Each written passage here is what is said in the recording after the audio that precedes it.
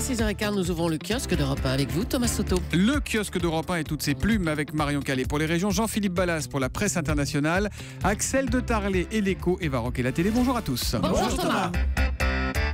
On commence avec vos quotidiens nationaux. Aujourd'hui en France, a rebaptisé le brevet des collèges l'usine à gaz, avec notamment certaines notes sur 50. Alors j'ai relu le papier plusieurs fois, j'ai pas encore bien compris. Des notes qui combineront plusieurs matières. Ce brevet qui risque d'être plus facile à décrocher qu'à comprendre, visiblement. Le Figaro fait sa une sur une de ses marottes, les 35 heures, et titre « La droite cherche toujours la sortie ». Dans les Échos, Nicolas Sarkozy, lui, les enterre ces 35 heures. Si une entreprise veut sortir des 35 heures, elle doit pouvoir le faire. Mais à une condition, dit Nicolas Sarkozy, personne ne doit travailler plus et gagner moins. Tiens, travailler plus pour gagner plus, ça rappelle quelque chose. La Croix consacre sa une et une double page à la vie des réfugiés en France et nous raconte comment ces familles tentent de construire leur nouvelle existence. Le Figaro, lui, sort un chiffre sur les clandestins. Quand ils sont appréhendés, 4 sur 5 ne sont pas expulsés. Et puis, les amis, il y a Gala. Gala qui n'a peur de rien ce matin et qui nous présente un rebelle, François Fillon. Oh eh oui, François Fillon qui raconte que dans sa chambre, le cri du cœur de Marion Calais, que dans sa chambre d'ado, il avait une image des Rolling Stones à côté de celle de De Gaulle. Attendez, c'est pas tout. En mai 68, il a fait le mur pour aller voir de plus près ce qui se passait. Et pire que tout, en 5e et en 4e, je m'ennuyais en classe, dit François Fillon. Il m'est arrivé de lancer une ampoule lacrymogène pendant une heure d'études surveillées juste pour le plaisir de chahuter. On arrête là parce que moi, ça me fait peur. Marion Calais, quelles sont les unes qui ont tout particulièrement attiré votre regard ce matin? C'est entrefilé dans le Télégramme, une Lorientaise de 30 ans sur la liste noire des terroristes recherchés par les États-Unis. Elle s'appelle Émilie Koenig, elle est partie faire le djihad en Syrie. Les cars Macron vont bon train, vous apprécierez le jeu de mots, c'est dans Sud-Ouest. Le nouveau service a attiré 255 000 personnes, mais l'état des gares routières fait débat. Et puis des braquages à la chaîne dans Vaucluse matin. 3 tabacs visés la même nuit après ceux de la Drôme déjà hier. L'histoire du jour, c'est la peur du gendarme qui fout le camp, Marion. C'est la une du Courrier de l'Ouest. Oui, illustration, il y a quelques jours. La même journée, dans ce département, en Maine-et-Loire, un homme qui s'engouffre dans un chemin pour éviter un contrôle. Il n'avait pas de permis, il avait bu. À quelques kilomètres de là, un jeune de 34 ans, sans permis, alcoolisé, a lui carrément déclenché une poursuite. Alors, ce n'est pas systématique, explique le Courrier de l'Ouest. Le conducteur peut aussi être identifié grâce à la plaque. En plus, c'est plus sûr pour les autres conducteurs. En tout cas, en Maine-et-Loire, les refus d'obtempérer ont augmenté de 16% en zone rurale, de 42% en zone urbaine.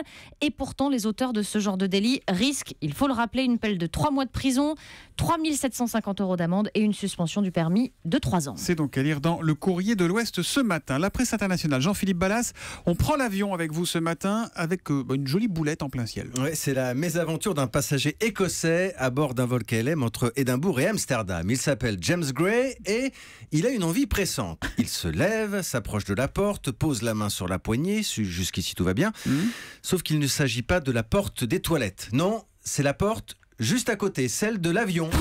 Et nous sommes à quelque chose comme 10 000 mètres d'altitude. Alors, l'équipage s'en aperçoit. Il a eu le plateau repas avec un petite mignonnette d'alcool, non ? C'est la question que je me pose depuis hier. Alors, l'équipage s'en aperçoit à temps, neutralise le passager. James tombe un peu dénu. Vous me direz, c'est mieux que de tomber d'un avion. Et il jure évidemment qu'il n'est ni fou ni terroriste. Il a simplement confondu. Et c'est ce qu'il raconte encore ce matin au Daily Mail. À l'atterrissage, le jeune homme est accueilli par les policiers.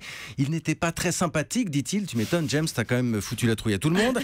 Il raconte à nouveau les 2 portes côte à côte. Et il finit par convaincre qu'il n'est pas un fou dangereux. N'empêche, l'Écossais a dû payer une amende et il est interdit de vol sur la compagnie KLM pendant 5 ans. Oula. Alors, pour la petite histoire, il y a quand même plusieurs internautes qui ont réagi, qui disent que la porte d'un avion, ça ne s'ouvre pas comme ça en plein ciel, il faut quand même plusieurs manœuvres. Il y a la pression, malgré tout.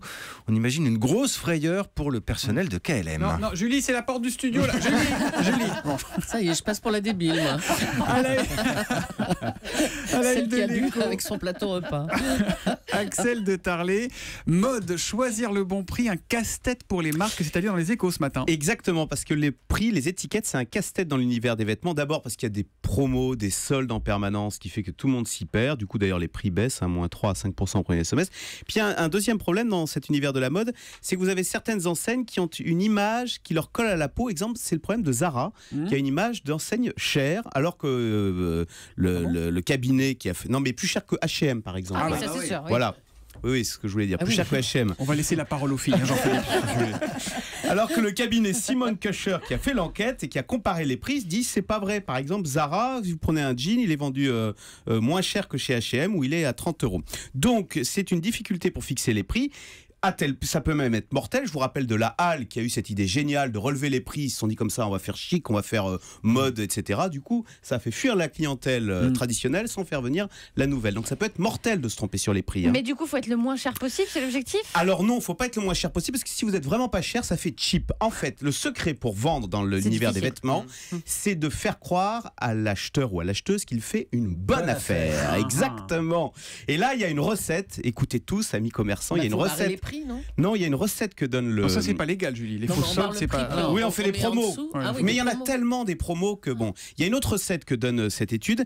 Il dit inspirez-vous de la grande distribution qui, sur certains articles très visibles comme le Coca-Cola ou comme le café, casse les prix. Du coup, le commerce. Donc là, sur les chaussettes, par exemple, vous mettez, ou les caleçons, vous mettez des prix très bas comme ça.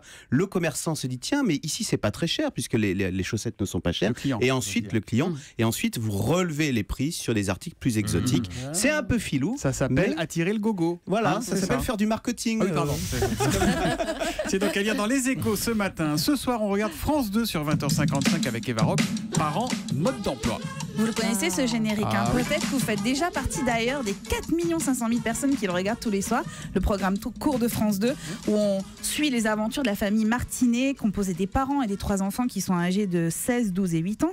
Eh bien le programme court débarque ce soir en prime time, version longue, 4 épisodes de 26 minutes. C'est la première fois d'ailleurs qu'on verra des épisodes de 26 minutes à la télévision française, en gardant un peu la même folie habituelle. Par exemple, quand le fils aîné demande à son père et à son grand-père maternel de l'aider à participer à une course cycliste, ça tourne vite à la rivalité entre hommes. Est-ce que tu veux que je demande à Michel Drucker de venir? Ça ferait de la pub pour l'événement. Pourquoi pas Brad Pitt aussi, s'il est dans le coin, il peut peut-être pédaler, non? Ah bah Brad Pitt, ce serait bien, mais moi je le connais pas. Alors que Michel est devenu un ami depuis que j'ai retiré un vilain grain de beauté sous le pied. C'est qui? Non, tu sais pas qui est Michel Drucker? Et alors d'après vous, est-ce que Michel Drucker est venu? Oui. Allez, réponse. Il paraît qu'il y a une course ici. Oh Michel! Michel Drucker, mon Dieu, merci d'être venu, c'est incroyable. Il était sympa, Claude-François, ou pas? Nerveux, un peu nerveux. Trop nerveux, mais sympa. Ouais. Parents mode d'emploi, vous savez, c'est Mais alors, un c'est peu. qui, Michel Drucker? Parents mode d'emploi, c'est un peu comme si Chouchou et Loulou d'un gars et une fille avaient vieilli et puis étaient devenus parents. On a le même esprit, le même humour. Il y a surtout une capacité à se servir de nos tracas et de nos tics quotidiens pour nous faire sourire avec une écriture ultra efficace. Il y a toujours ce moment fatidique où vous dites, mais en fait, c'est moi, là, je suis en train de me regarder à l'écran. Et puis, alors, franchement, si les 7 d'or existaient, j'en remettrais bien un à Alix Poisson et Arnaud Ducré, qui sont les parents dans le feuilleton et qui sont extraordinaires. 7 d'or, donc disparu en 1923. Merci beaucoup, Eva Rock. Parents, mode d'emploi sur France 2 à 20h55. Rideau sur le kiosque.